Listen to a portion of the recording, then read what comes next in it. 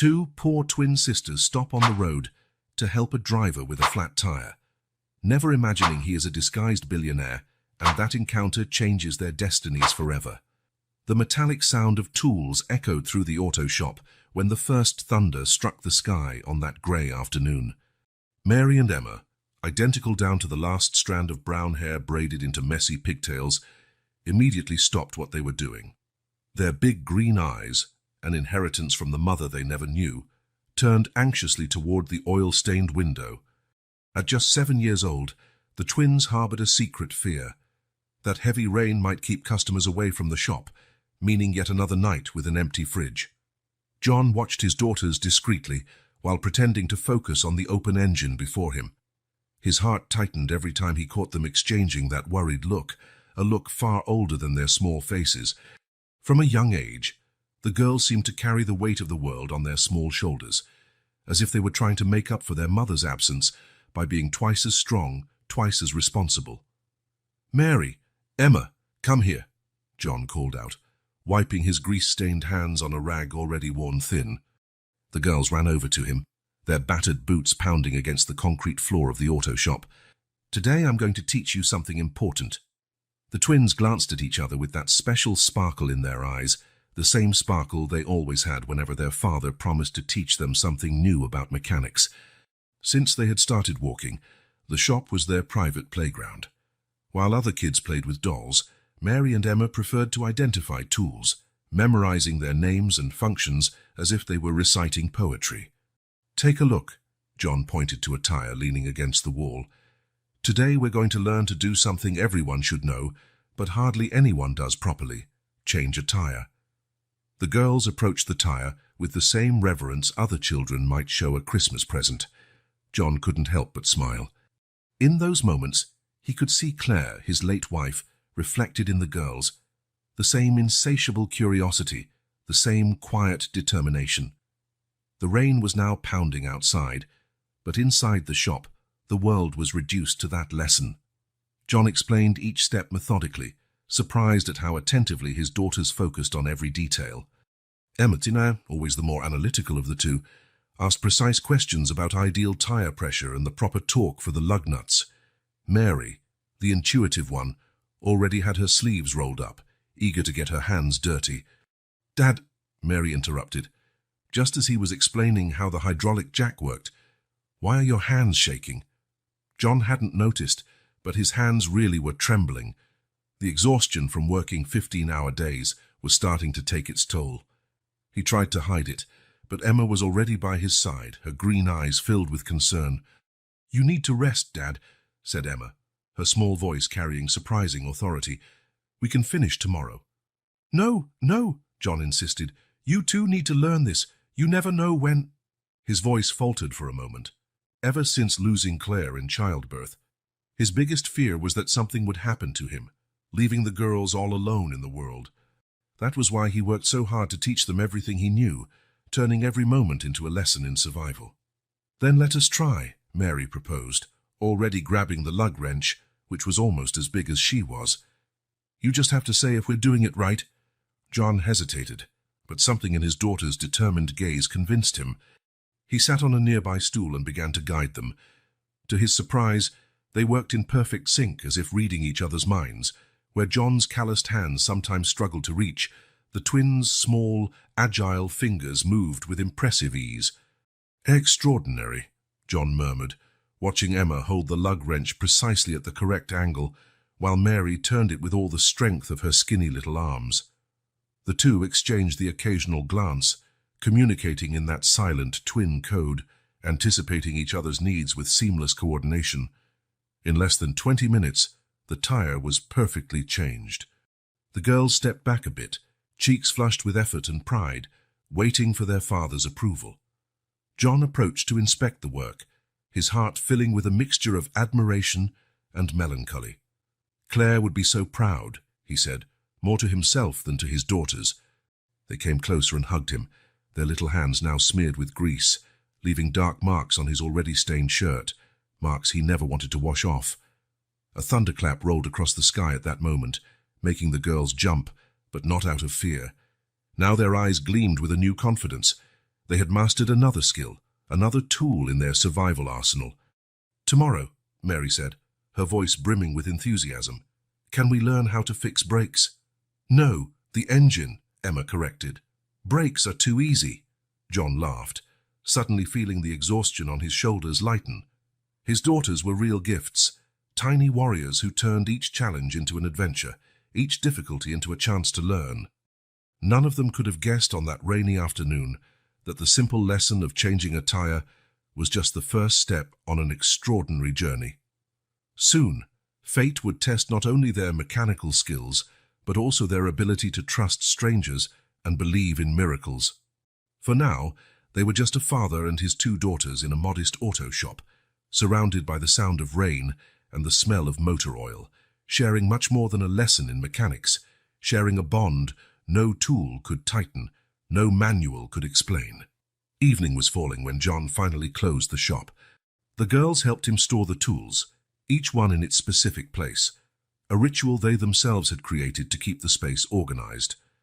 As they walked to the small house behind the shop, Mary and Emma excitedly discussed everything they had learned, making plans for their next lessons. John watched them, amazed by their tireless energy. Even after a full day helping in the shop, they still had that spark of curiosity in their eyes, that insatiable thirst for knowledge. He knew he should encourage them to play more, to have a normal childhood like other kids. But he also recognized that his daughters were different. They were born with grease in their veins and determination in their hearts.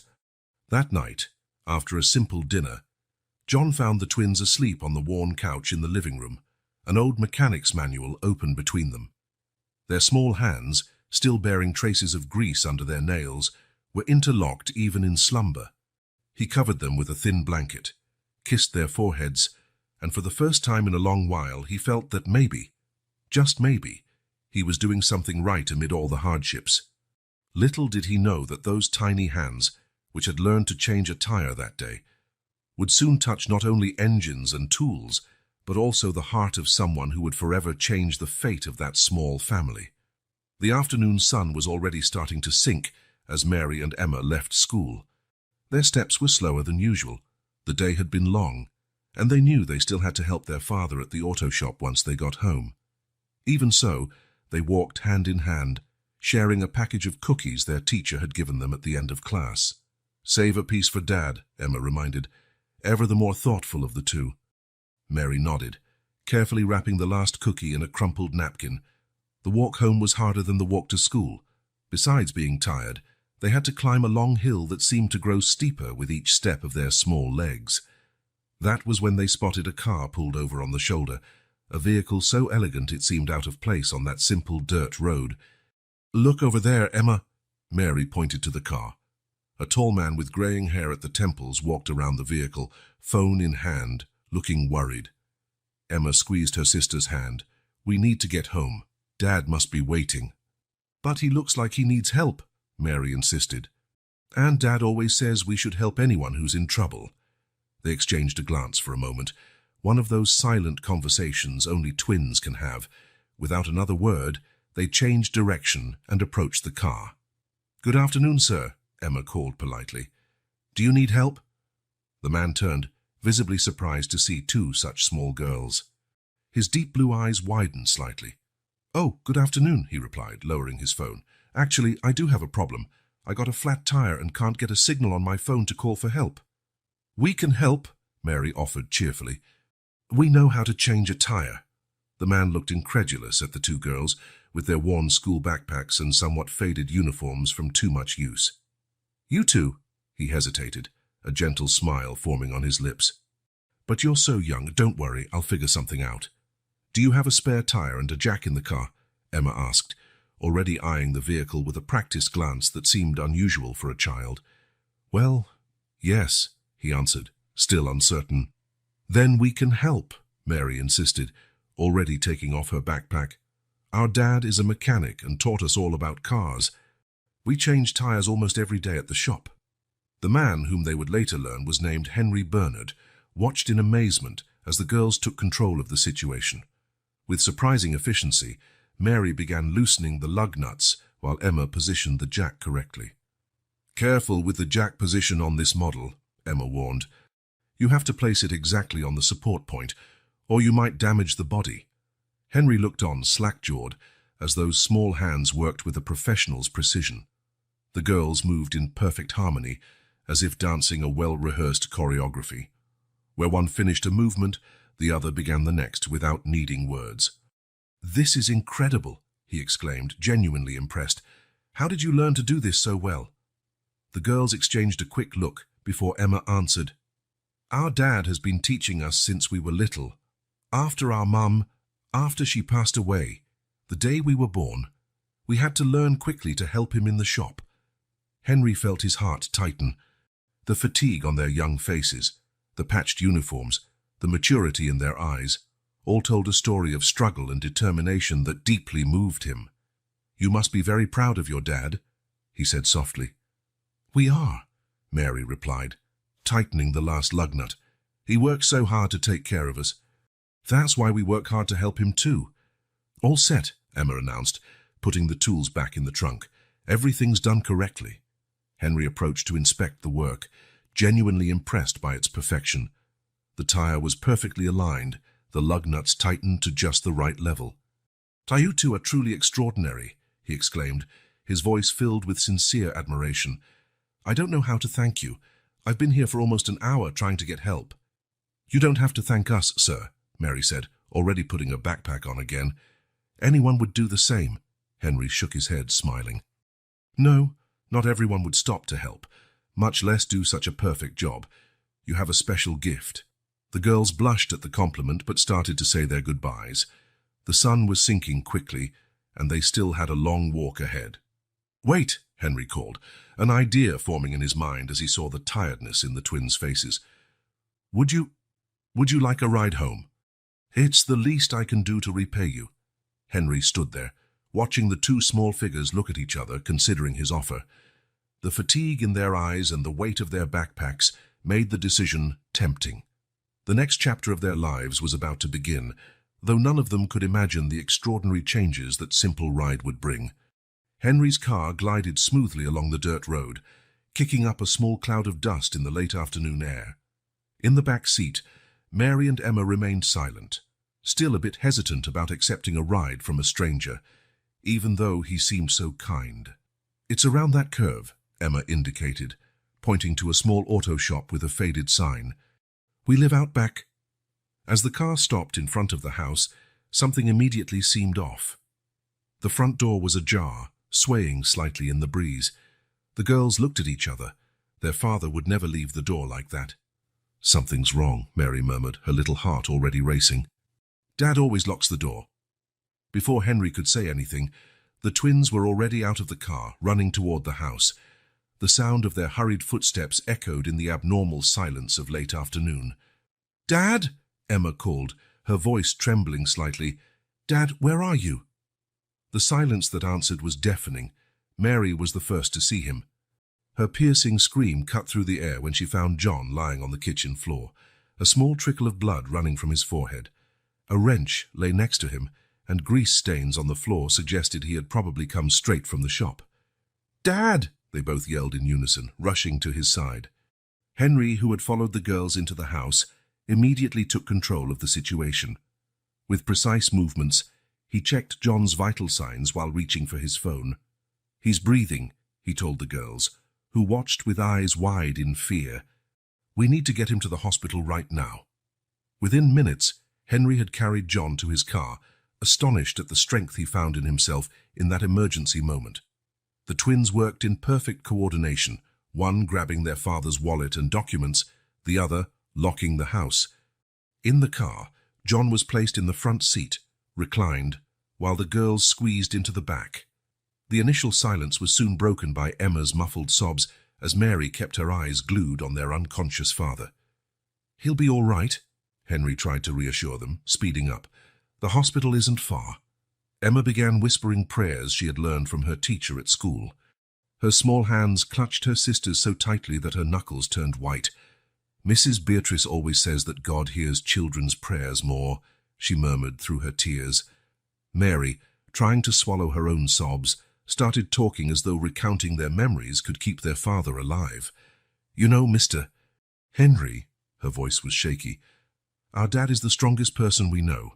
He wakes up every day at 4 in the morning to get the shop ready. And he never complains, Emma added, still praying. Even when he's really tired, he always has a smile for us. Henry watched their faces in the rearview mirror, so young yet already carrying so much weight. The maturity in their eyes contrasted painfully with their childish features. Sometimes, Mary continued, tears now streaming freely down her cheeks, we skip dinner because we need to save money. Some customers can't pay right away, you know? But Dad always keeps some food for us, even if he goes without. He says children can't go to bed hungry, Emma whispered, almost inaudibly. A faint groan from John made them all jump. Mary leaned forward, gripping the seat. Please, Mr. Henry, she pleaded, her green eyes glistening with tears.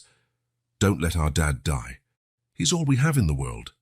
He's the only one left for us, Emma added, tears rolling freely down her face. We promise we'll work even harder, be even stronger, but please. Henry felt a tightening in his chest, like he hadn't felt in years. In all his life as a successful businessman, used to dealing with numbers and transactions, he had never experienced an emotion so raw and pure. He gripped the steering wheel firmly, pressing down on the accelerator. In his mind, plans were already forming. A way to help this family that fate had brought into his life. It wasn't just about money. There was something deeper, a connection he felt with these two small, determined souls. When they finally reached the hospital, everything happened quickly. John was rushed to the emergency room, while Henry handled the paperwork. The twins refused to let go of each other's hands, their small bodies trembling with fear and exhaustion. Come, Henry said after a while, guiding them to the waiting room. We have to be strong now and wait. The girls settled into the hard hospital chairs, still holding hands. Emma kept whispering prayers, while Mary fixed her gaze on the doors through which their father had disappeared. Henry watched them, a decision forming in his mind. These children had shown him something years of wealth and success had not, a true sense of strength, love and dignity. There, in that cold hospital waiting area, he made a silent promise. He would do everything in his power to help this family. What he didn't yet know was that destiny had much bigger plans for them all, and that this crisis would be just the beginning of an extraordinary transformation in their lives. The flickering fluorescent light in the hospital cast restless shadows across John's pale face in the emergency bed. Mary and Emma sat on either side of their father, their small hands holding his, while Henry talked with the doctor in the hallway. It was an accident with a hydraulic lift, the doctor explained, looking over his notes. The equipment gave way while he was underneath the car. Fortunately, the cut on his head appears to be the most serious injury. He's very lucky. It could have been much worse. Henry felt a chill imagining what much worse could mean. Through the partially open door, he saw the twins, still exhausted but on high alert, like little sentinels watching over their father's sleep. How long will he need to stay in the hospital? Henry asked. At least a week, the doctor replied. We need to monitor him for any sign of concussion and ensure there are no complications. Henry thanked him and went back into the room. Emma had fallen asleep, her head resting on the edge of the bed, while Mary fought to keep her eyes open. Mary, he said gently, I need to go to the shop to get your dad's documents for the hospital. Can you tell me where they are? The girl hesitated, looking at her unconscious father. In the second drawer of the desk, she finally answered. But, her voice faltered. But, Henry prompted. Will you promise you'll come back? She asked, her green eyes shining with contained tears. Everyone always ends up leaving. Henry felt his heart clench. He crouched to meet her gaze. I promise, Mary, I won't abandon you. The drive back to the shop was quiet, Henry's mind replaying the day's events. How strange fate could be. This morning he was just a billionaire conducting a sort of social experiment in disguise, and now he found himself fully involved in the lives of this little family. Arriving at the shop, the first thing he noticed was the hydraulic lift. Even in the dim light, it was clear how old the equipment was. The safety lock was practically destroyed by rust, an accident waiting to happen. With slow steps, Henry walked around the shop. Every corner told a story of hard work and dignity. The tools, though old wine, were meticulously organized, no doubt the work of the twins' small hands. On the wall, a corkboard displayed childish card drawings mixed with service receipts and notes. On the worn desk, besides the documents he was looking for, Henry found a ledger. John's careful entries revealed the daily struggle to keep the business running and raise his daughters. Several customers owed small amounts, but John never refused service to anyone, even knowing some would take months to pay. That was when Henry's eyes fell on something that made his heart skip a beat. In a loose sheet of paper, written in a child's handwriting, there was a list. Things we want to give Dad. A new lift. The old one makes scary noises. Tools that don't hurt his hands. A comfy chair so he can rest. Hot coffee every day. A new work coat. His is all patched up. Henry sat down on John's worn chair, the paper trembling in his hands. The simplicity of the girls' wishes, their concern for their father, the dignity with which that family faced adversity, it all hit him like a punch in the gut.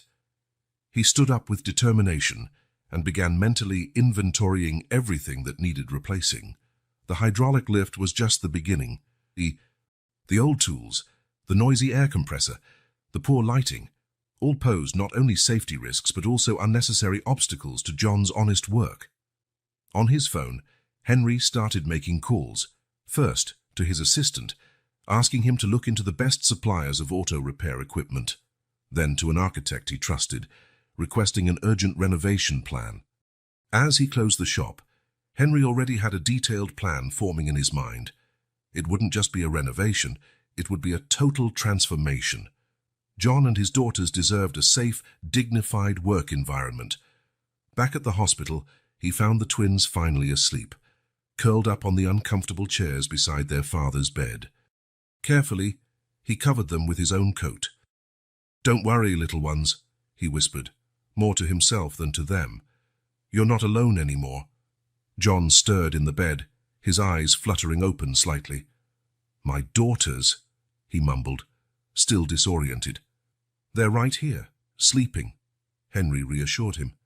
"They're extraordinary girls, John. You did an amazing job raising them by yourself.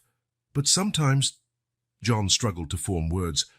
"Sometimes I'm afraid I'm not enough for them." "You're more than enough," Henry replied firmly. "And now you have someone to help you. Rest, my friend. When you get better, we'll have a lot of work to do." John drifted back to sleep, unaware that his life was about to change. Outside the room, the sun was beginning to rise, painting the sky in shades of pink. It was a new day, a new beginning for all of them. Henry watched the dawn, his heart feeling lighter for the first time in a long while. In his hands, the girls' wish list had turned into a mission. He would give them much more than a new lift or decent tools. He would give them a chance at a better future, where their father's hard work would be rewarded with the dignity he deserved. Destiny had given him the chance to make a difference, not with grand gestures or empty charity, but something far more meaningful. Helping a family that, without even knowing it, had taught him so much about love, dignity, and courage. The twins' routine had changed completely since their father's accident. Every morning, Mrs. Martinez, the neighbor, woke them with hot chocolate and fresh bread. "For strength," she said, gently adjusting the girls' braids with her caring hands. Mr. Parker, who owned the grocery store on the corner, always set aside the best fruit for them. "Kids need vitamins to grow," he'd say, refusing any money Henry tried to give him. It was a particularly cold Wednesday, when Christine, the social worker, arrived without warning. Mary and Emma were returning from their daily visit to their father in the hospital, accompanied by Henry, when they saw the official car parked in front of the house. "Good morning," Christine introduced herself, a notepad already in hand. "I'm with Social Services. We need to evaluate the children's situation." The twins' hearts froze. They had heard stories of children being taken from their families in such circumstances. Emma gripped Mary's hand tightly, while Henry took a step forward protectively. "Please, come in," he said calmly. "We can talk in the living room." The house, though simple, was impeccably clean. On the kitchen table lay a note from Mrs. Martinez saying she had left some soup on the stove. Neatly organized school books on the coffee table showed the girls were keeping up with their studies. Christine took in everything with a keen eye, making occasional notes. "How have the children's days been since the accident?" she asked, her tone professional but not unkind.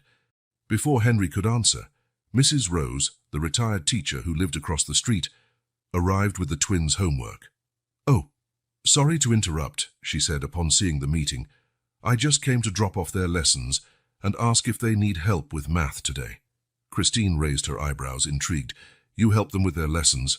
"Oh, yes, Mrs. Rose replied with a warm smile. "Everyone in the neighborhood takes turns helping out. They're such dedicated girls, you know. They never miss school, always finish their homework." As if on cue, Mr. Parker appeared at the door with a basket of fresh vegetables. "Brought tonight's dinner," he announced, only to pause awkwardly upon noticing the official visitor. Christine watched the scene unfold with growing interest. In her years of work, she had rarely seen a community so united around a family in need. "What about medical expenses?" she asked Henry. "Public insurance doesn't always cover everything." Henry straightened in his chair. It was time to be completely honest. "I'm a businessman," he explained. "I met the girls by chance when they helped me change a tire. Since then, I've taken it upon myself to help this family. All medical expenses are covered, and I've already started a renovation project for the shop to make it safer when John returns." Christine frowned slightly. "That's a big commitment for someone who just met them." It was Mary who answered, her small voice steady. "Mr. Henry is different. He doesn't help us out of pity. He understands us," Emma added, "and he keeps his promises, just like our dad." The social worker looked at the girls for a long moment. She saw not just trust in Henry, but a surprising maturity as well. "Well," she finally said, "I still need to do some formal checks, but—" She was interrupted by the arrival of more neighbors. Mrs. Silver brought freshly washed and ironed school uniforms. Lucas, who worked part-time in the shop, reported that he had organized the tools and served a few old customers who needed only minor services. Christine closed her notepad, a small smile forming on her lips. "You know," she said, "in 15 years of social work, I've learned that sometimes the best family isn't just about blood ties, but the one formed in times of need." Henry saw the twins relax at his side. Mary, always the more expressive, couldn't hold back tears of relief. "I'll still make regular visits," Christine continued in a softer voice, "but I can see the girls are well supported.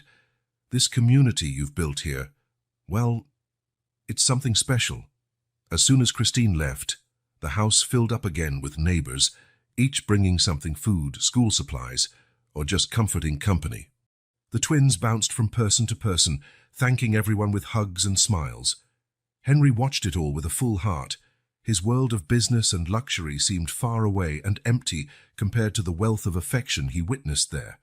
Each person who walked in brought not just material help, but also love and hope. That night, after everyone had left and the girls were finally asleep, Henry sat on the small house's porch. The cool wind carried the scent of jasmine from Mrs. Martinez's garden.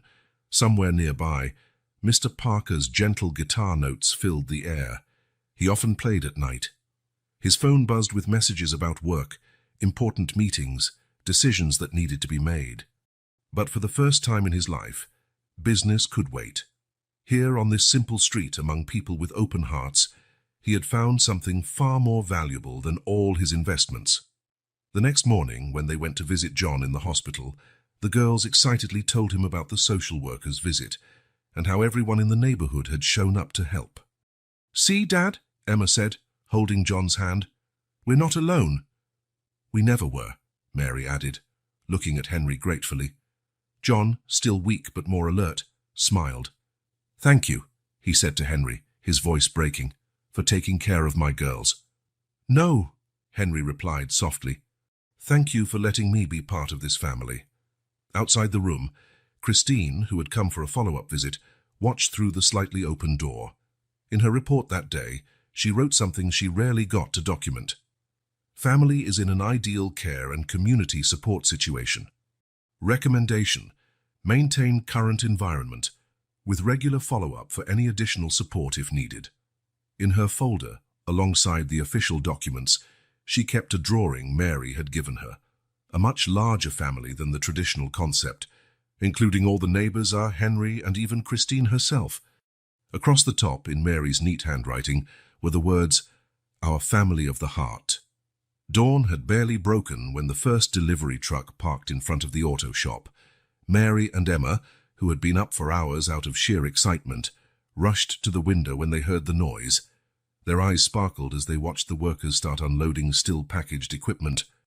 "Look, Emma," Mary exclaimed, pointing to a huge box. "Could that be the new lift?" Henry, arriving just then, couldn't contain a smile at their enthusiasm. "Actually," he said, "before we install anything, we need our specialist's opinion. Which colors do you think we should use on the walls?"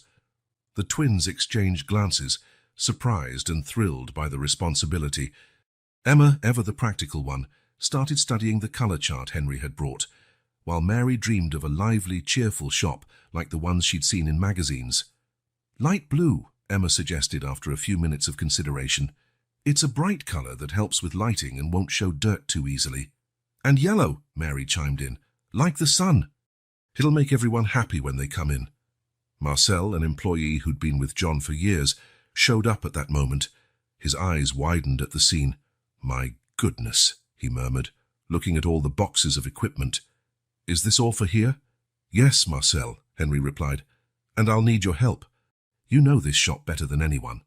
The man's face lit up at being recognized. In recent days, since John's accident, he'd felt lost, worried about the future of the shop he considered his second home. The renovation started with full energy. While the professionals hired by Henry handled the structural work, the community pitched in surprising ways. Mr. Parker from the grocery store organized meals for the workers. Mrs. Rose brought her old curtains to protect the equipment from dust. Even Lucas, who was learning mechanics from John, came by every day after school to help. The twins were the heart of it all. They supervised each detail with an adorable seriousness, frequently consulting a small notebook where they wrote down the important things Dad always says.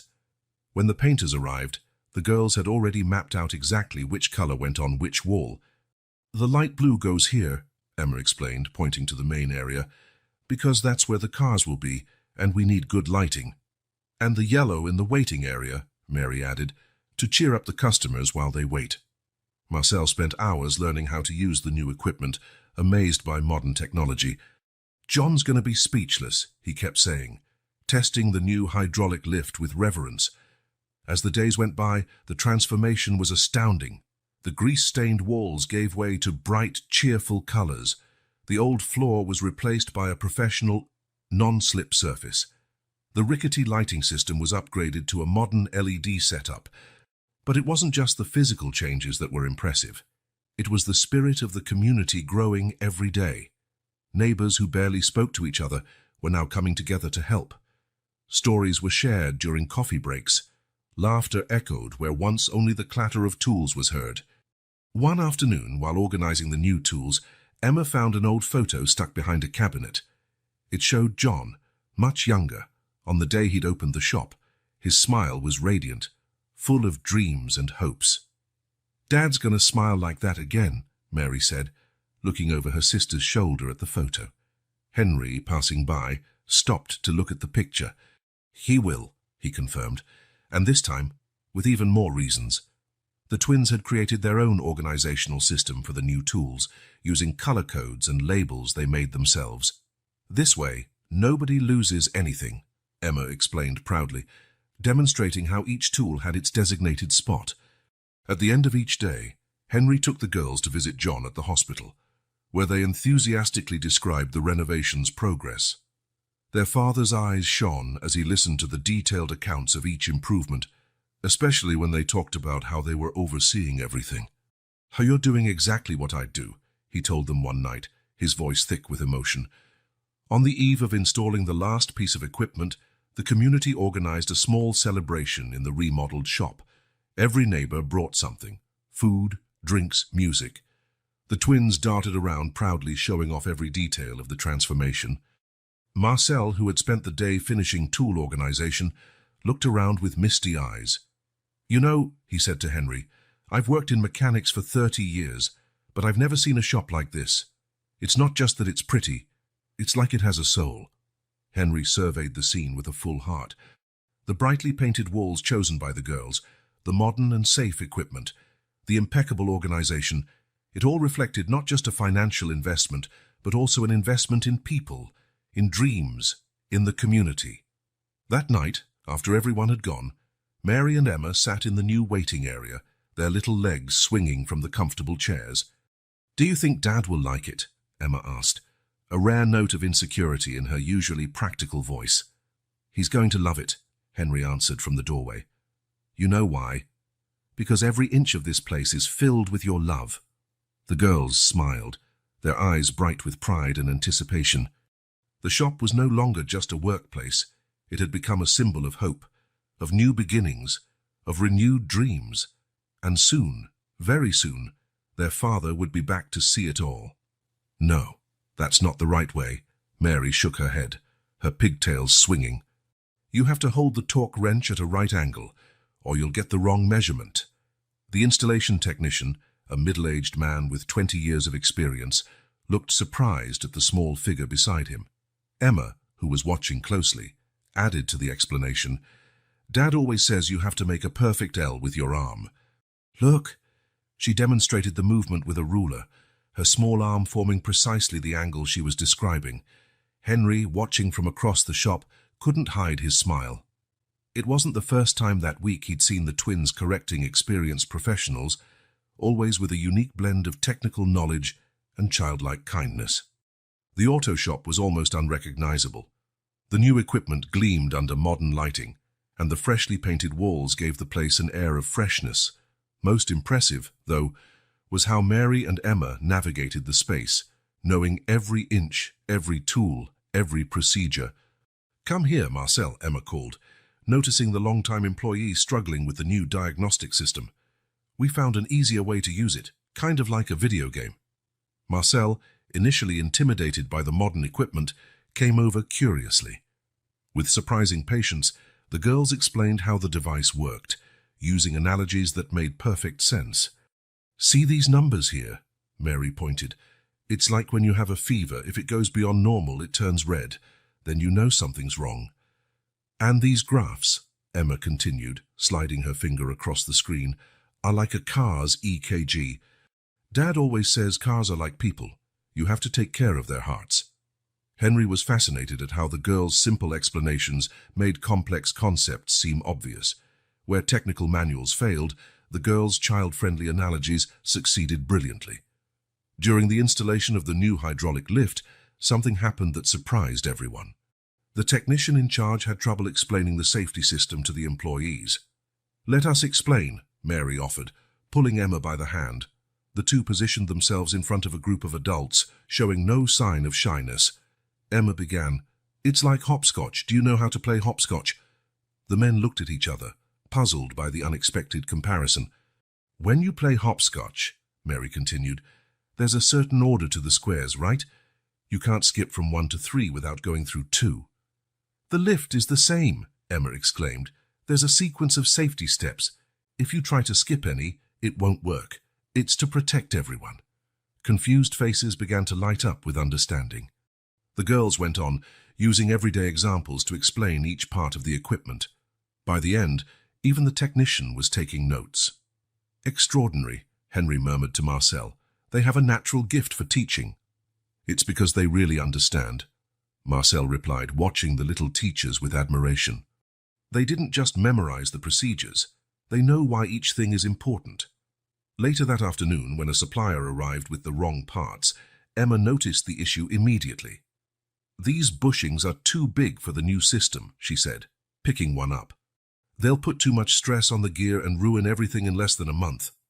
Initially skeptical, the supplier checked the technical specs. Emma was absolutely right. "How did you know?" he asked, astonished. "Oh, that's easy," she smiled. "It's like when you try on your mom's shoes. No matter how hard you force them, they'll never really fit and you'll just ruin the shoes."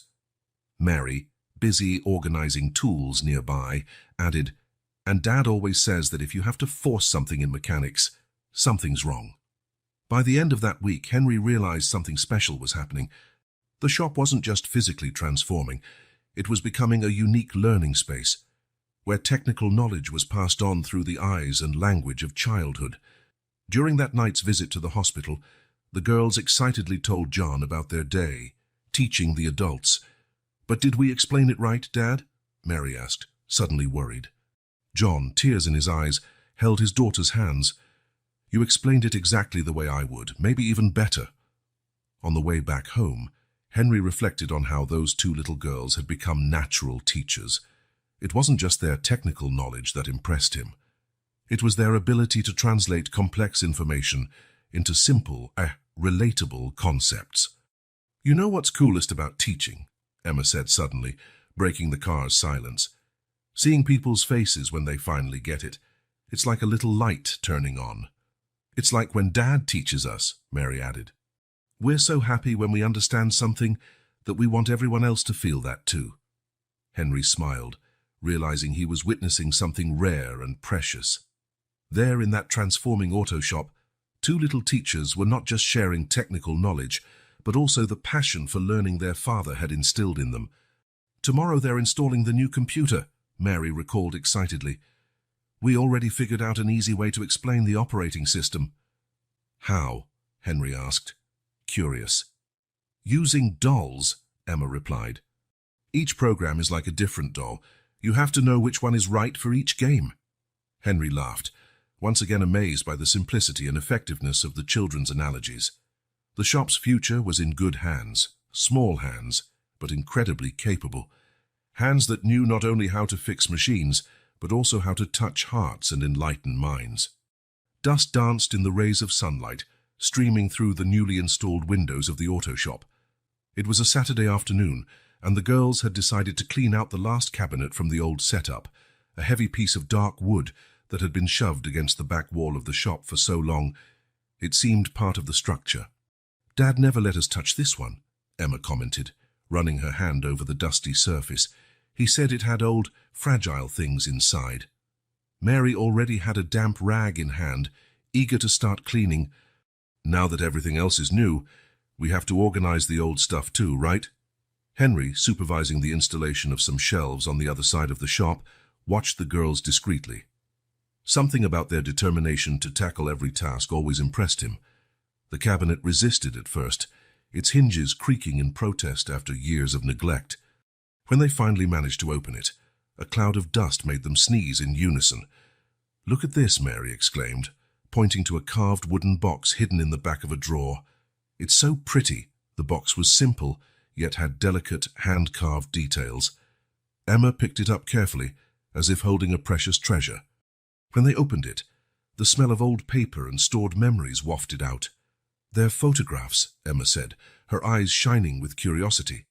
The girls sat on the clean shop floor, the box between them, and began examining each photo with the same attention they gave to engine parts their father taught them about. There were black and white pictures, some so old the edges had yellowed and become brittle. Images of people they didn't know, places they had never seen. In some photos, they recognized traces of their father in his younger days. "This must be Grandma," Mary whispered, showing a photo of a kind-looking woman. "Dad has the same eyes as her." Henry, drawn by their discovery, approached silently. His heart almost stopped when he saw the next photo Emma held. "Look at this one, Mary." The photograph showed two teenage boys side by side, smiling, in front of an imposing building. They were wearing matching uniforms, and their faces showed a carefree joy that contrasted with the seriousness of the institution behind them. "That's Dad," Mary exclaimed. "But he looks so young. And who's that boy with him?" Emma turned the photo over carefully. On the back, in faded handwriting, it read, "My best friend forever," followed by a date many years ago. Henry felt his hands tremble. In the photo, his younger self grinned beside John, both of them carefree and happy, unaware of how differently life would treat them. "Dad never told us he had a best friend," Emma said, frowning. "And what place is this? Looks like a school, but the uniform is different." Mary studied the photo more closely. "And why are they wearing matching uniforms? Dad always says he went to public school. He talks about it all the time." The girls continued speculating, their youthful voices filled with curiosity and surprise. Henry remained silent, lost in his own memories. He recalled the day that photo was taken. It was John's birthday, and they'd convinced one of the orphanage monitors to snap it as a present. "Mr. Henry?" Mary's voice pulled him back to the present. "Are you okay? You got so quiet." He forced a smile, trying to keep his composure. "I'm fine, dear. It's just that old photos can make us travel back in time, you know." The twins nodded, turning their attention back to the box. There were more pictures. John at various ages, always in the same place, always in the same uniform. In many of them, the same boy appeared at his side. "Look at this one." Emma pointed to another photo. "They're fixing a bicycle." "Just like us?" Indeed, the picture showed the two teenagers working on an old bicycle, tools scattered around. Henry remembered that day, the day they discovered their shared passion for fixing things. That bike belonged to the orphanage and had been broken for months. They'd spent weeks repairing it after class. "Let's save this," Mary decided, carefully setting the photo aside. "We'll show it to Dad when he's better. He must have a really cool story about it." Henry watched the girls place the chosen photo in a safe spot and carefully rearrange the others in the box. His heart was heavy with secrets and memories, but he knew it wasn't time to reveal everything yet. "Girls," he said gently, "it's getting late. How about we store these memories and go visit your dad at the hospital?" As he helped them put the box back in the cabinet, Henry noticed something they hadn't seen. Lying at the bottom of the drawer was a small metal pendant. He recognized it immediately. It was the matching piece to the one he still kept, a symbol of eternal friendship between two orphan boys who dreamed of changing the world. On the way to the hospital, the girls chatted excitedly about their discovery, making plans to ask their father about his mysterious childhood. Henry drove in silence, his mind drifting between past and present. "You know," Emma said suddenly, "it's funny how we think we know everything about the people we love, but there's always more to discover." Mary agreed, holding the precious photo in her backpack. "It's like when we're fixing a car. You sometimes have to look really deep to find what needs fixing." Henry smiled at the typical analogy the girls used. They had no idea how much truth their innocent words carried. Very soon, the past and the present would collide, and a long-kept story would finally come to light. When they parked at the hospital, the sun was setting on the horizon, painting the sky in hues of orange and pink. Henry watched the girls jump out of the car, the treasured photo safely tucked in Mary's backpack. Time had come full circle. Two children discovering a friendship from the past that, without realizing it, had shaped their own lives in the present. The hospital room was quiet that afternoon, save for the steady beeping of the monitors and the soft hum of the air conditioning. John was sitting up in his bed, looking much better than he had weeks earlier. The girls entered as they always did, on tiptoe, as though afraid to disturb the calm. "Dad, we found something," Mary began, her voice trembling slightly with excitement. "We were cleaning that old cabinet in the shop." "The one you never let us touch," Emma added, while Mary carefully took the photo out of her backpack. Henry stood near the door, his heart pounding so strongly he feared the others might hear. 25 years of secrets and coincidences were about to surface. When John took the photo, his hands shook. For a long moment, he just stared at the image, his eyes absorbing every detail as though trying to soak up every piece of that printed memory. "Dad," Emma asked softly, "who is the boy with you in the photo?" A solitary tear rolled down John's face. When he spoke, his voice was laden with emotion. This was Henry," he said, gently stroking the photo with his thumb. "My best friend at the orphanage." The twins exchanged surprised looks. "Orphanage?" they asked in unison. John nodded, a sad smile curling his lips. "I never told you that part of my story, did I? Yes, I grew up in an orphanage. I lost my parents very young, so I hardly remember them." Mary moved closer to her father, while Emma held his hand. Henry watched silently from his corner, each of John's words unleashing a flood of his own memories. "Henry," John continued, voice trembling, "was more than a friend. He was the brother I never had. We arrived at the orphanage just months apart. He had lost his parents in an accident. I never knew what happened to mine." "How did you become friends?" Mary asked, her eyes shining with curiosity. John chuckled softly. "Because of an old bicycle. The orphanage had one, all broken, that nobody could fix.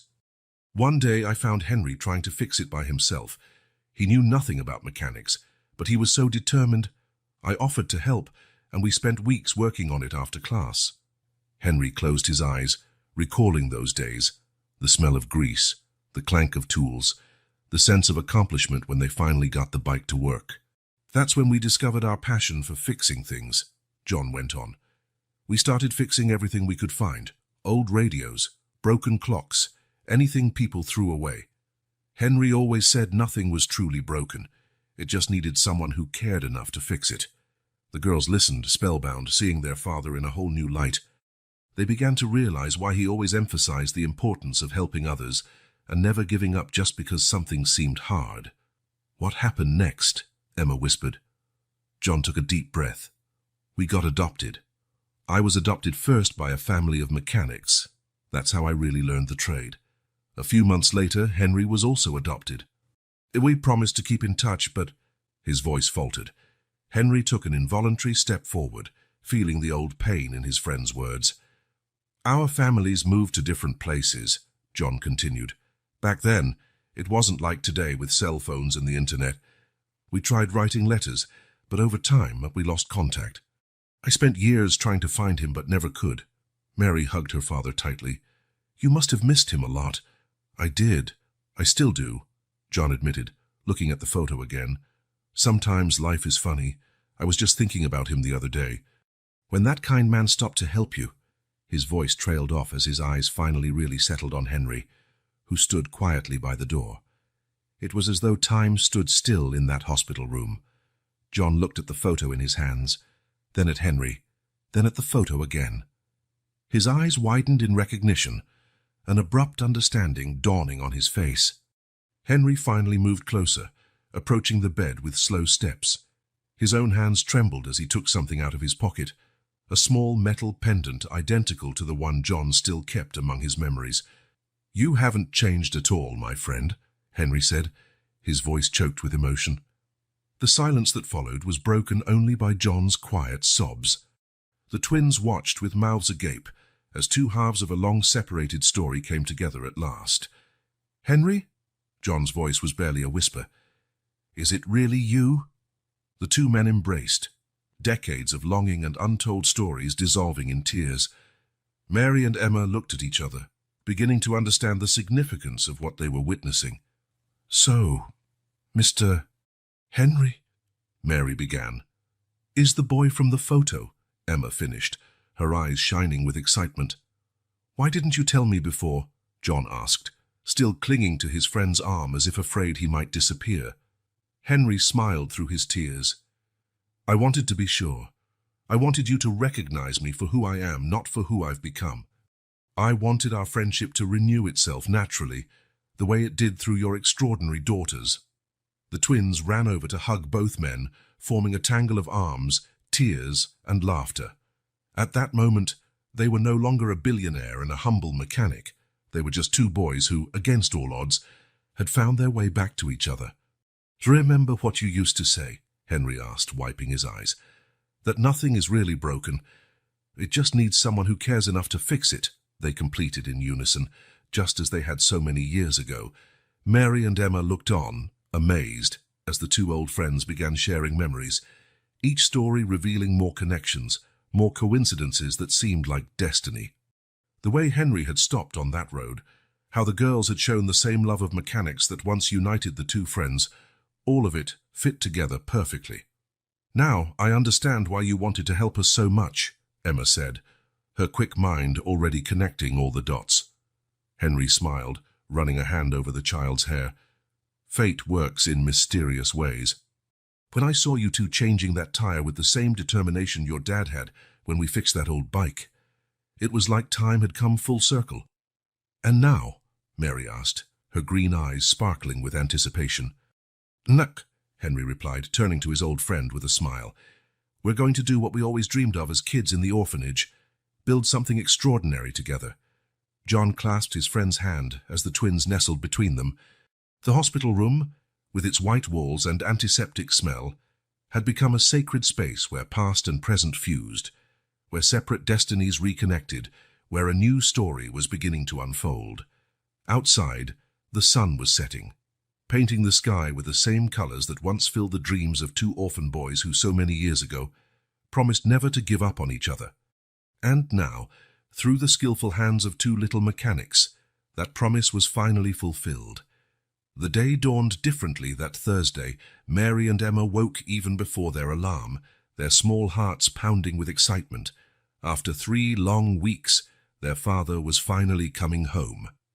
"Everything has to be perfect," Emma declared, rearranging the tools on the bench in the newly renovated shop for the 3rd time. Mary agreed, adjusting the big red bow they'd placed on the main door. "Dad always says, details make all the difference." Henry arrived early, finding the girls already hard at work. He smiled as he saw them so dedicated, reminded of how he and John had been at the same age, always taking painstaking care of the few things they owned at the orphanage. "Ready to go pick up your dad?" he asked, noting the nervousness of the little ones. The drive to the hospital was quiet, heavy with anticipation. In the back seat, the twins held each other's hands, as they always did on important occasions. Henry glanced at them in the rearview mirror, his own heart pounding at the thought of the surprise they had prepared. John was dressed and ready when they arrived, sitting on the edge of the hospital bed with a small bag of belongings. He was still thinner than normal, with a discreet scar on his forehead as a reminder of the accident, but his eyes glowed with the joy of finally going home. "My princesses," he exclaimed, opening his arms to receive their tight embrace. The doctor gave his final instructions: moderate rest, a gradual return to activities, regular follow-ups. John listened carefully but never took his eyes off his daughters, as if making up for every minute spent away from them. "Dad," Mary said on the way back, barely containing her excitement, "we have a surprise." "Yeah, but you have to close your eyes when we get there," Emma added. John smiled, intrigued by the mystery. Henry drove quietly, his heart weighed by the secret of his true identity, but happy to be part of this special moment.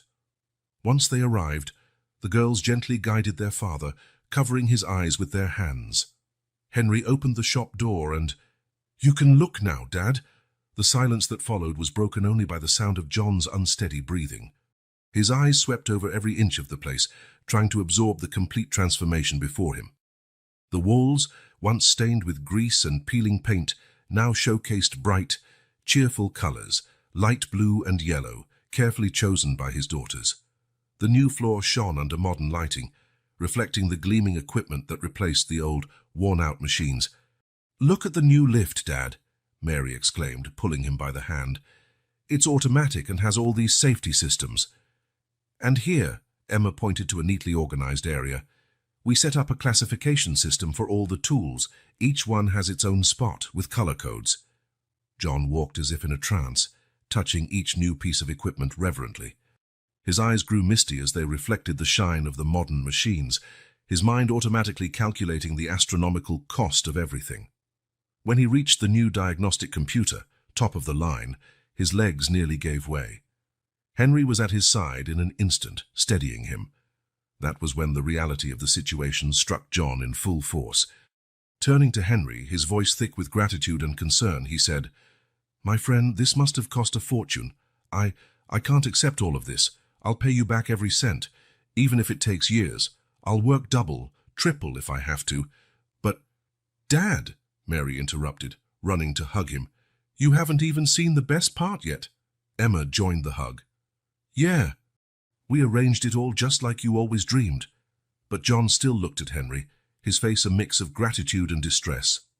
"I don't want to owe so much money, even to a friend as good as you. I have my pride.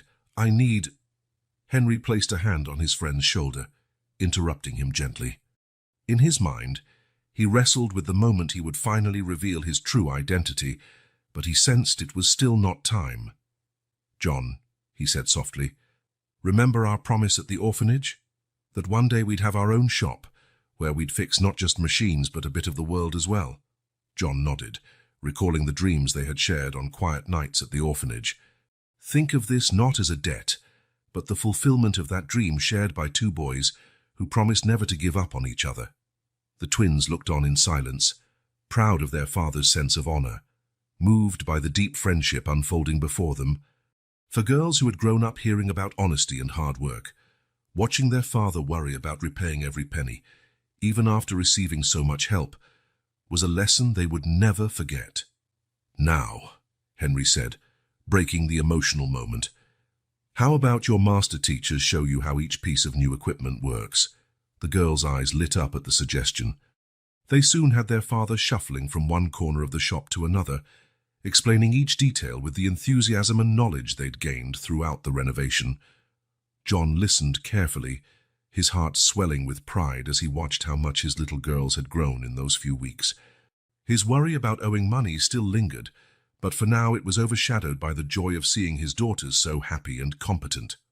The rest of the afternoon passed like a dream.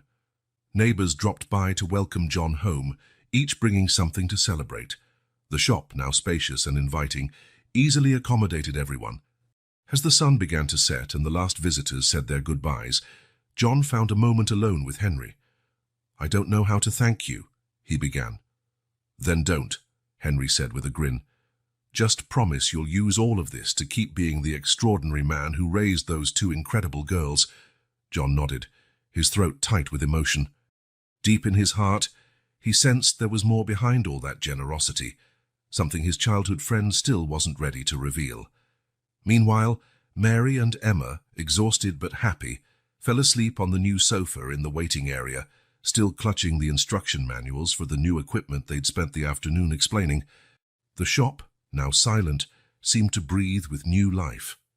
Organized tools, modern equipment, brightly painted walls, all spoke of a fresh start, of dreams realized, of friendships time had not erased. Night had fallen softly over the city, bringing that particular peace that comes with the first hours after dusk.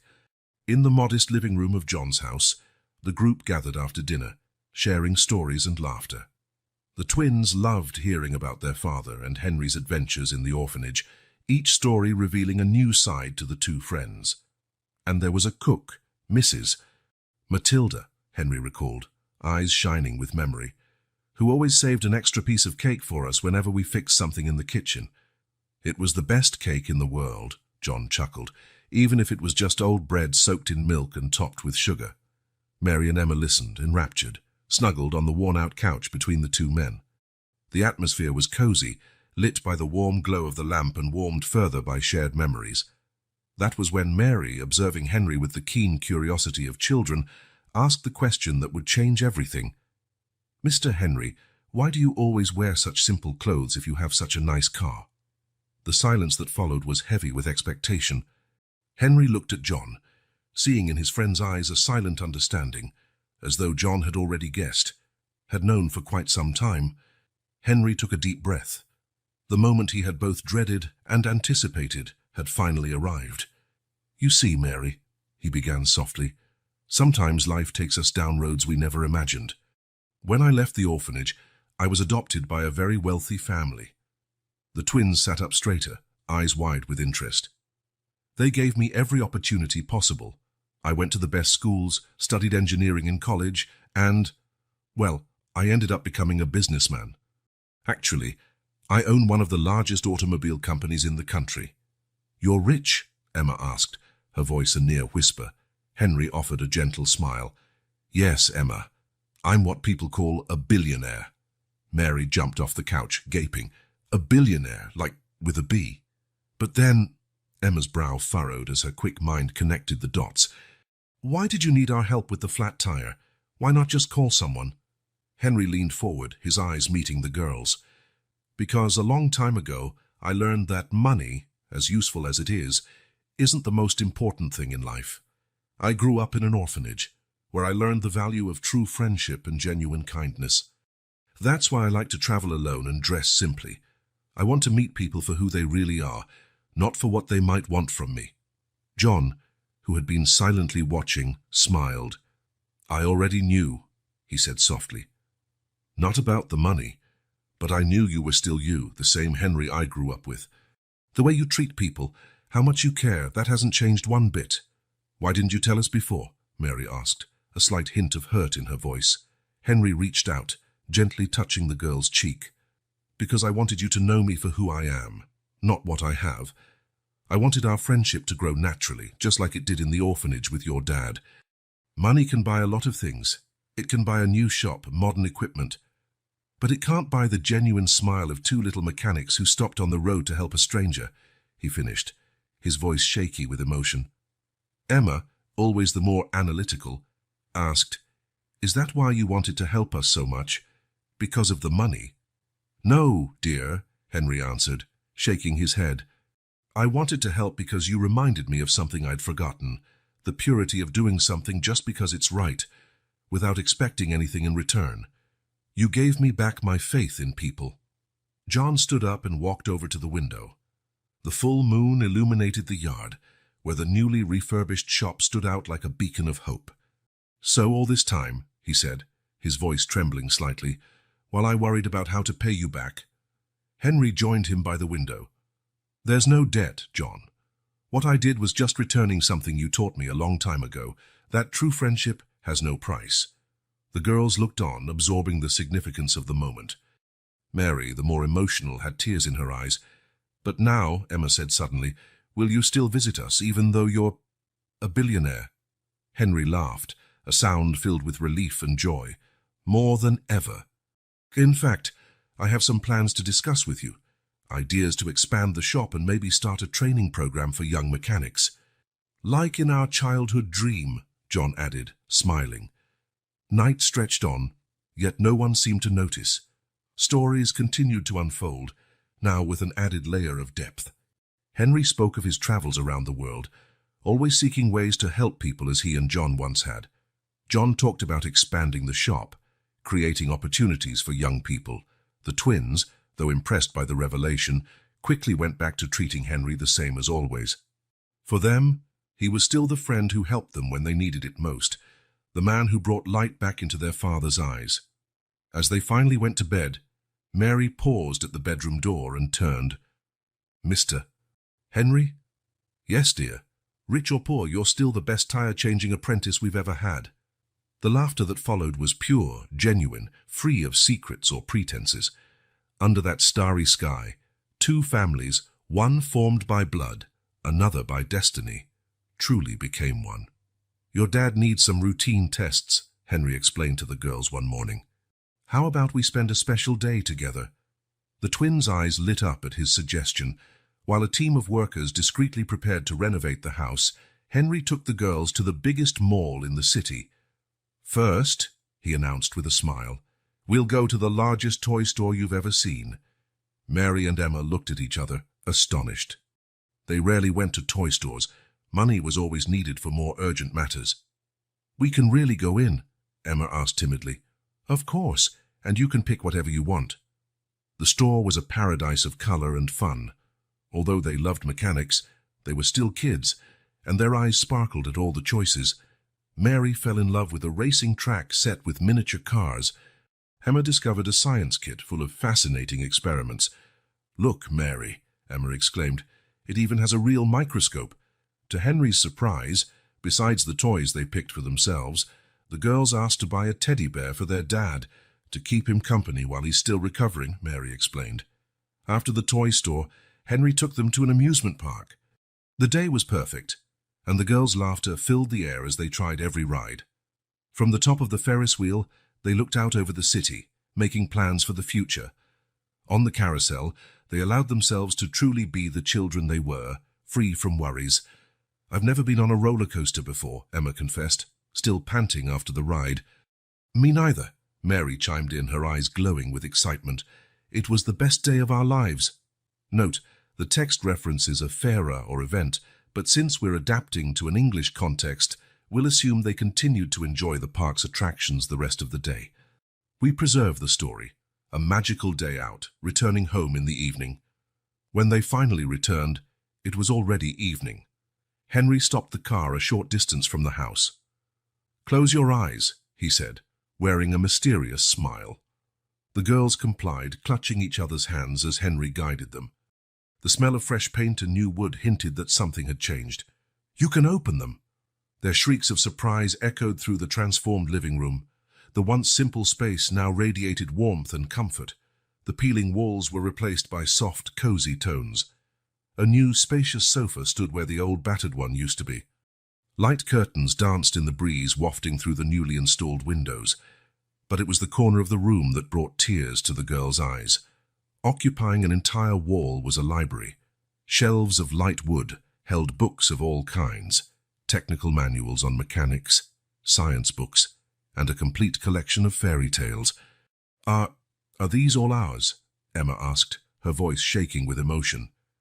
"Everyone," Henry confirmed, "including that special section right there." On one of the shelves, several bright, brand-new notebooks stood out. "For you to write your own stories and projects," Henry explained. Mary had already dashed into the kitchen, tugging Emma along by the hand. The transformation there was just as impressive. New, light-colored cabinets and modern appliances replaced the old, rattling refrigerator and chipped counters. In the center stood a sturdy wooden table with 4 comfortable chairs in place of the wobbly old one. "Look, Emma," Mary exclaimed, opening one of the drawers. "There are brand-new utensils." Hand plates that actually match. But the real surprise awaited in the twins' bedroom. When they opened the door, they froze in wide-eyed wonder. The once cramped space had been completely reimagined. 2 new beds, each with bedspreads in the girls' favorite colors, blue for Emma, green for Mary, stood on opposite sides of the room. In the middle, a spacious desk with 2 comfortable chairs provided the perfect study area. "Check it out," Henry pointed to the wall above the desk. A large mural was split down the middle. On one side, space for Mary to hang her futuristic car drawings. On the other, a corkboard where Emma could organize her technical notes. The girls dashed around, discovering every detail. Neatly arranged drawers with brand-new school supplies, a roomy wardrobe stocked with carefully folded new clothes, and a small shelf near each bed, holding books chosen especially for each of them. The bathroom, once barely functional, now gleamed with modern, safe fixtures. "Wow, there's even a little stool so we can reach the sink," Emma noted. Ever practical. Emotions spilled over from the girls, who couldn't decide whether to laugh or cry. Every detail had been arranged with such care, so thoughtfully matched to their needs and tastes. "But what about Dad?" Mary asked suddenly, worried. "Is he going to like it?" As though in response to her question, they heard John's voice from the living room. "Why do I smell fresh paint? What the—" His words trailed off as he entered. Leaning on his cane, still recovering, John took in the changes with wide eyes. The girls ran to him, gently leading him around to see each improvement. "Dad, come see our room. Check out the kitchen, Dad. We even have a dishwasher. And the library. Look at all these books." Moving slowly, John touched each new surface as if he couldn't believe it was real. When he reached his own bedroom, he found that it too had been completely redone, with a comfortable bed to help his recovery and a small office area where he could organize shop paperwork. "Henry," he began, his voice cracking. But Henry raised his hand, stopping him gently. "Don't start talking about debts," he said with a smile. "This isn't about money, John. It's about giving these princesses and their dad the home they deserve." Exhausted but overjoyed, the twins had settled on the new living room sofa, leafing through some of the books in the library. The aroma of fresh coffee filled the house. Mrs. Martinez, who had helped with the finishing touches, had left the coffee maker ready for its first use. "Hey, you know," John said, glancing at his daughters, "I always wanted to give them something better, but—" "You did," Henry interrupted. "You gave them love, an upbringing, strong values. I just helped with the material part." That night, for the first time in a long while, the family slept in comfortable beds, in welcoming rooms, in a home that finally reflected on the outside all the love that had always existed on the inside. The last words before drifting off came from Mary, her voice already heavy with sleep. "Dad, now we have a house that looks like a princess's, but you know what's even better." "What's that, sweetheart?" "We're still the same family as before, only now we have more books to read." John smiled in the darkness, silent tears of gratitude dampening his new pillow. Outside, the moon lit up the renovated house, where one extraordinary family was beginning a new chapter in their story. Time has a peculiar way of changing things. 2 years had passed since the renovation of the shop and the house, and the differences were evident in every detail. On the walls of the girls' bedroom, the childish car sketches had been replaced by impressive technical drawings, brimming with annotations and precise calculations. Now 9 years old, Mary was hunched over her desk, focused on her newest invention. The robotics kit Henry had given her on her last birthday had awakened an even deeper passion for engineering. Her now longer braids swung as she made tiny adjustments to a small solar-powered robot. "Emma, come see," she called, excited. "I managed to make it move using sunlight." Emma, who was busy organizing her drawing materials on the other side of the room, came over curiously. Her artistic talents had flourished in surprising ways over the past couple of years, especially after Henry set up a professional easel in her corner of the room. "That's amazing," Emma exclaimed, watching the robot move under the window's light. "Can you imagine if we built a car that worked like this?" Mary's eyes lit up at the idea. Within seconds, both girls were seated together, Mary sketching out a technical diagram while Emma added color and design details that made the project even more special. John stood at the doorway, a proud smile on his face. The auto shop continued to thrive, now brimming with modern equipment and loyal customers. But his greatest joy came from watching his daughters develop their own dreams. "Dad," Mary called, noticing him. "Come check out our new project. It's a solar-powered car with an accident prevention system. And look at the aerodynamic design I made," Emma chimed in, showing off her colorful sketches. "It'll help save energy." John approached, amazed at the complexity of their work. Mary had inherited his technical understanding, but she'd taken it to a whole new level by incorporating technologies he was only just beginning to learn about. Emma, on the other hand, had an artistic vision that turned machines into true works of art. Henry, who now visited the family almost every day, walked in carrying more books for the ever-expanding library. "Got some new editions," he announced. "Catalogues from the top universities in the country, and books on the latest innovations in clean energy." The twins rushed over to check out the new materials. In recent months, they'd become obsessed with the idea of higher education, doing endless research on the best schools for engineering and design. "Look, Mary," Emma exclaimed, flipping through one of the catalogues. "This university has a combined program for mechanical engineering and automotive design. We could study together." "And they've got cutting-edge labs," Mary said, her eyes sparkling at the photos. "Think how much we could learn."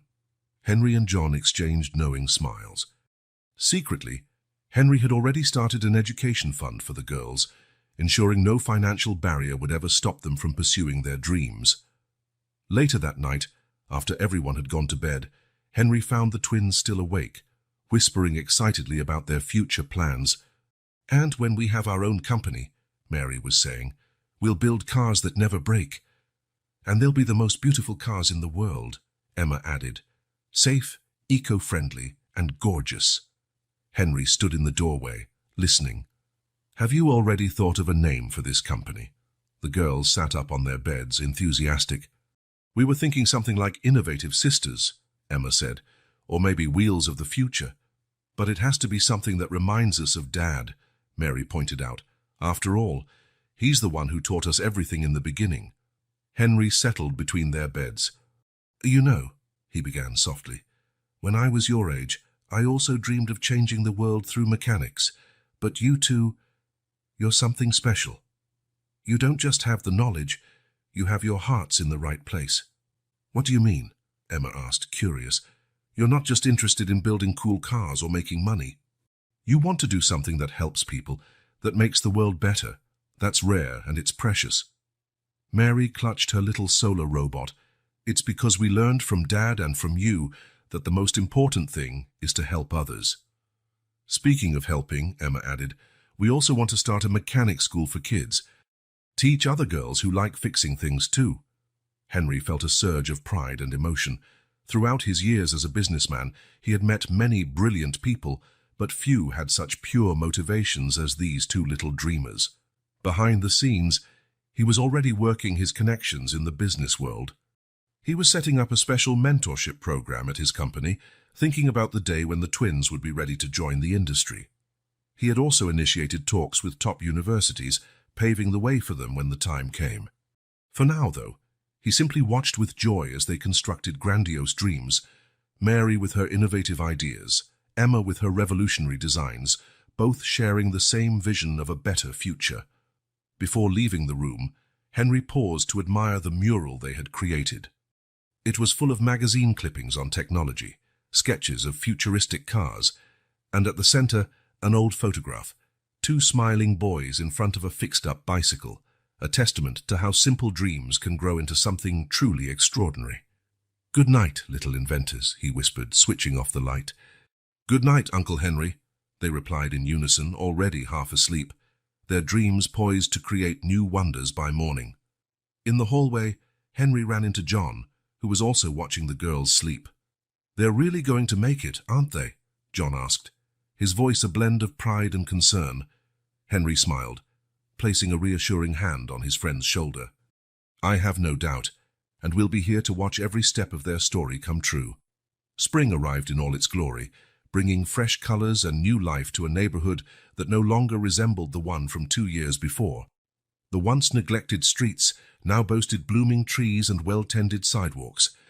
What used to be an abandoned lot had been transformed into a small community park where children played under the watchful eyes of neighbors.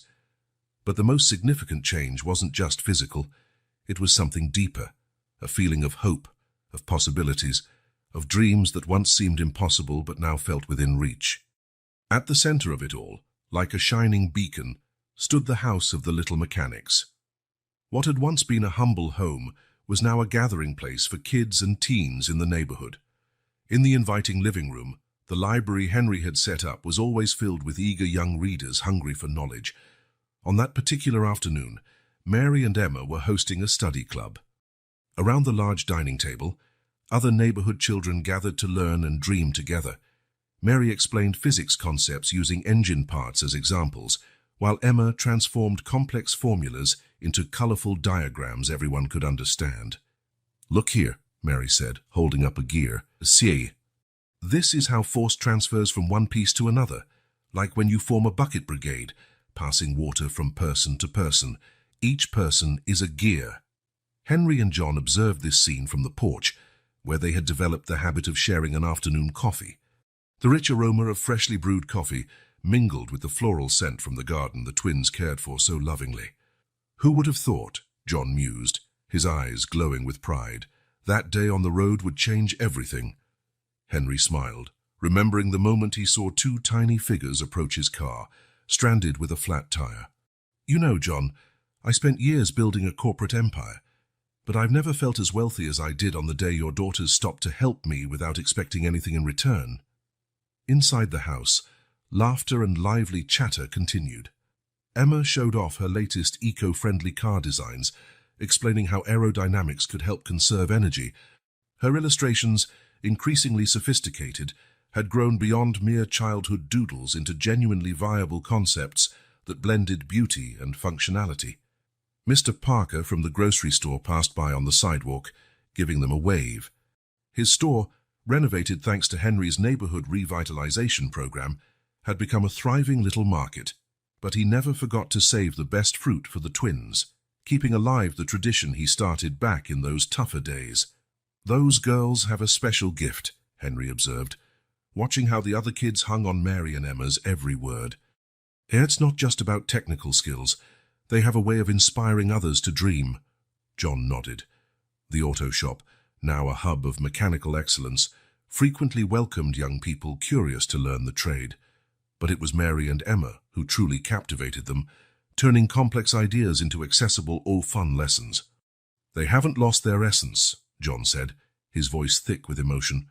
"With all the comfort and opportunities you've given them, they're still the same at heart." "Right then," Mary exclaimed from inside, "it doesn't matter if you messed up. What matters is trying again. Remember what Dad always says. In mechanics, just like in life, nothing is hopeless unless we give up."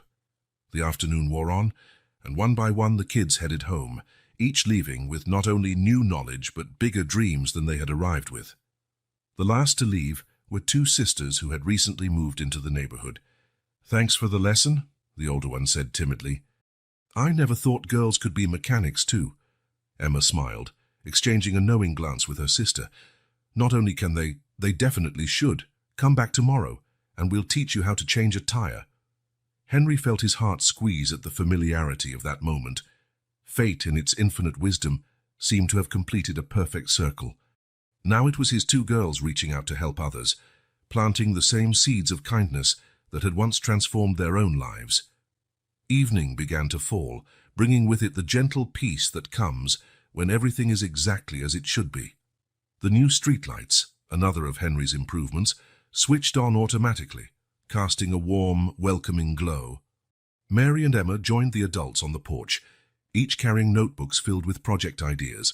Their faces shone with that unique blend of childlike innocence and beyond their years' wisdom. "Uncle Henry," Mary began, "do you think someday we'll manage to make all these dreams come true?" Henry glanced at John, then at the girls, feeling a deep surge of emotion at the sheer love and hope contained on that small porch. "My dear," he said, "you're already doing it. Every time you help someone, every time you inspire a new dream, it's like that very first time you changed my tire by the side of the road. We never know how a small act of kindness can change the whole world." The girls smiled, settling themselves between their dad and Henry. Above them, the first stars of the evening began to appear, like small beacons of hope lighting the way for all the dreams yet to come. "You know what's the best part?" Emma asked softly. "We're still ourselves, but now we can help more people. And that," Henry added, "is the real miracle. It's not about how much money we have or how many things we can buy. It's about how we use what we have to make a difference in other people's lives." John pulled his daughters close, filled with immense gratitude for everything life had given them: a thriving shop, a comfortable home, the chance for a better education, all wonderful. But the true treasure was right here, in this simple moment of togetherness and in the kindness they kept sharing. The neighborhood would continue to transform, the dreams would keep growing, and new stories would be written.